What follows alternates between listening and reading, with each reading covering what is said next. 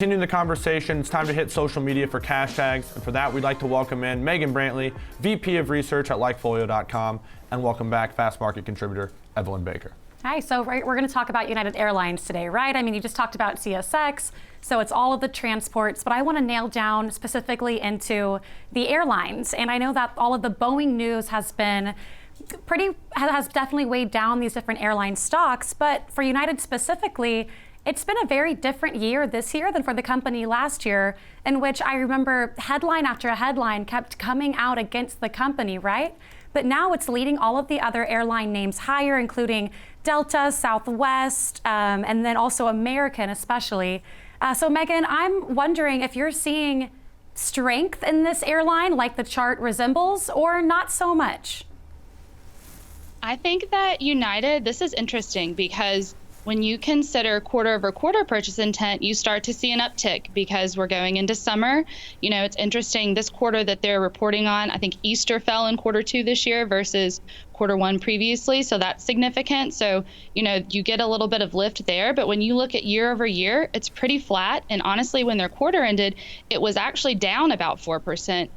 In comparison, the stock was up about 26%. So when when we look at this quarter, it's a little bit of a mixed signal just because, we are seeing that significant quarter over quarter growth as to be expected, but year over year, pretty flat, if not down a little bit in relation to how the stock has performed. So, Megan, this is Tom. I see it seasonality a lot during the summer. Yes. You get those spikes in there. But do you feel like the uptick that you've seen in your purchase intent starting to catch up to that stock a little bit? Do you typically see that start to get extended as far as the data that you guys have? Or is the stock maybe signaling that, hey, this thing is going to turn around a little bit and catch back up to the downside with our purchase intent? Honestly, I think a case could be made either way. That's what's so difficult with this. We are seeing that strength currently right now as summer ramps up. But what's interesting is that we're also watching consumer happiness fall. Now, as more people use a service, especially with airlines, that's to be expected. But when you look comparatively, United is around 40%. Meanwhile, their competitors, I would say, like Southwest and Delta, have much higher sentiment levels. I think the only one lower from a real competition level with United is American. I think their sentiment level are in the 30s right now. So, Megan, quick question, kind of building on that. We talk about a ton whenever we talk airlines about the flack that these companies catch on social media, and it's pretty extreme too, like, oh, I had a bad experience with insert big airline, I'm never going to fly that again. But I'd argue, what if they're $40 cheaper than their competitors, and that's where your rewards points are? You're probably still going to use that same airline again. I wonder, do you have any insight into how loyal these customers are to a particular, maybe one or two airlines? I looked into loyalty because I was hoping that loyalty would be a bright spot for United. But in general, that trend is pretty flat. I would definitely not say it's growing at all. And it's definitely not as impressive as, say, the Deltas and the Southwests of the world.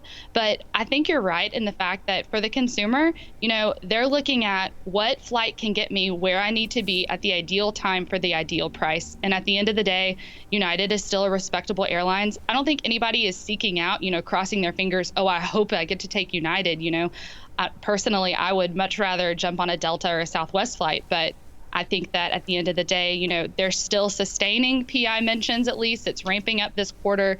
But, something to consider too, last quarter they did miss revenue.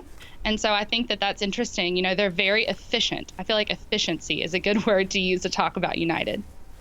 It's funny that you mentioned about loyalty and everything, but I saw that United was voted the favorite frequent flyer program by millennial travelers. So maybe as more millennials get older and start paying for their own flights, maybe United will pick up some more popularity. I don't know. My mom still buys some of my flights, guys. I'm not too embarrassed to say that.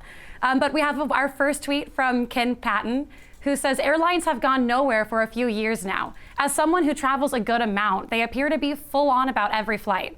Airlines broke out to their highest point this year and could be nearing a major breakout. Hard to be bearish the U.S. economy if this happens. Yeah. I mean, think about that. That guy said it exactly right. Consumers out there spending. it's high travel season right now, and I am one of those loyalists. I fly the airline that I have my miles with, and if it's $20, $50, $100 more expensive to get my status remaining at a very high level, I'll continue to fly that airline, even though it's, according to Megan, the lowest rated as far as happiness goes. But their hub is here in Chicago, so I am loyal to that brand. I'm not. And it's curious to go back to the whole millennial thing, where it's like, hey, it's all about price point at this point. Once you start getting that loyalty built up, and I know it's a little bit older, like somebody like me that's about 40. Building on that too, because I also fly one. I'll even say it, I fly Southwest, and a lot of times it's because of the regional bias that you have and where you're flying typically, and how easy it is, as Megan points out, to get to your destination in a time that you want. Southwest also a little bit more flexible, but it's also full. All these airlines are full, so this makes me then question, okay, if all these airlines are full and they're still not executing that well, it's a lot more about cost and maybe exposure to maybe the Boeing 737 MAX, sorry? Right, and also United said that for September, they plan on canceling about 2,100 flights, and in October, 2,900 flights. So the Boeing 737 story is not over. But I have another tweet that speaks to that from Glenn Herbert, who says, if this plane is not up and running by year end, there will be order cancellations like no tomorrow. Sooner or later, something has to give. And United and American Airlines has pushed back the date before they are able to take off the ground those Boeing planes that are in their service. Yeah, and think about that. They said no, they pushed it back a third or fourth time now to November 2nd. But Megan, do you look at that, as far as your data goes, that's not going to be the outlier there as far as comments that people make on social media that, hey, that 737 MAX thing better get flying or I'm not going to fly United Airlines, right? Right. I'm going to go out on a limb and say most people don't even know what plane they're on. I mean, I don't think I could name the type of plane that I'm flying on anytime I've ever flown. But what people will complain about is if their flights are being canceled, if they're having to switch and reschedule and things like that. I think that United had about 14 flights that are affected, or 14 planes, I'm sorry, like 5,000 flights that have been affected by this closing or the grounding of the 737s. But I think that, we'll watch sentiment and see how they're doing from a customer service perspective and rescheduling and booking these people. But something to keep in mind is that the reschedules that they're doing, they're putting on these less efficient, less fuel efficient flights, and that's cutting into some of their costs. So while previously they've been able to leverage these cost cutting measures and be really efficient, now, they're kind of losing some of that by something that's almost out of their control. Yeah, and I can't believe you don't read that thing in the seat back pocket when you get on a plane, Megan. You're supposed to do that. That's part of the rules and regulations. I mean, I feel like if I'm going down, I'm going down. It is what it is. I think you're onto something there. But Megan, real quick, before we let you go, I know you said it's so hard to kind of tell where this divergence kind of comes back together, if it does, between your data and the stock price. But with the stock kind of, just off, multi-year highs here, and you're looking at the data and we're talking about maybe guidance looking forward, how's this quarter that we're kind of in right now projecting out so far if you were to extrapolate that data?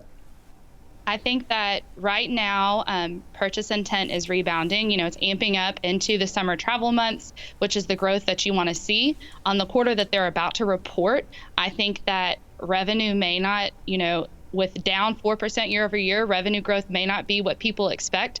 Then the 737 groundings, it could impact that a little bit. I think the timing of Easter is interesting for this quarter too. That kind of boosts up the revenue a bit. So I don't know. It's such a tough call. So it sounds like you're cautious around this one. A lot of times maybe that leads to something maybe more range bound or neutral too. Tom and I are going to look at that in just a little bit. But Megan, we're going to leave it there. We appreciate you joining us this morning. Thanks. Great to talk with you guys.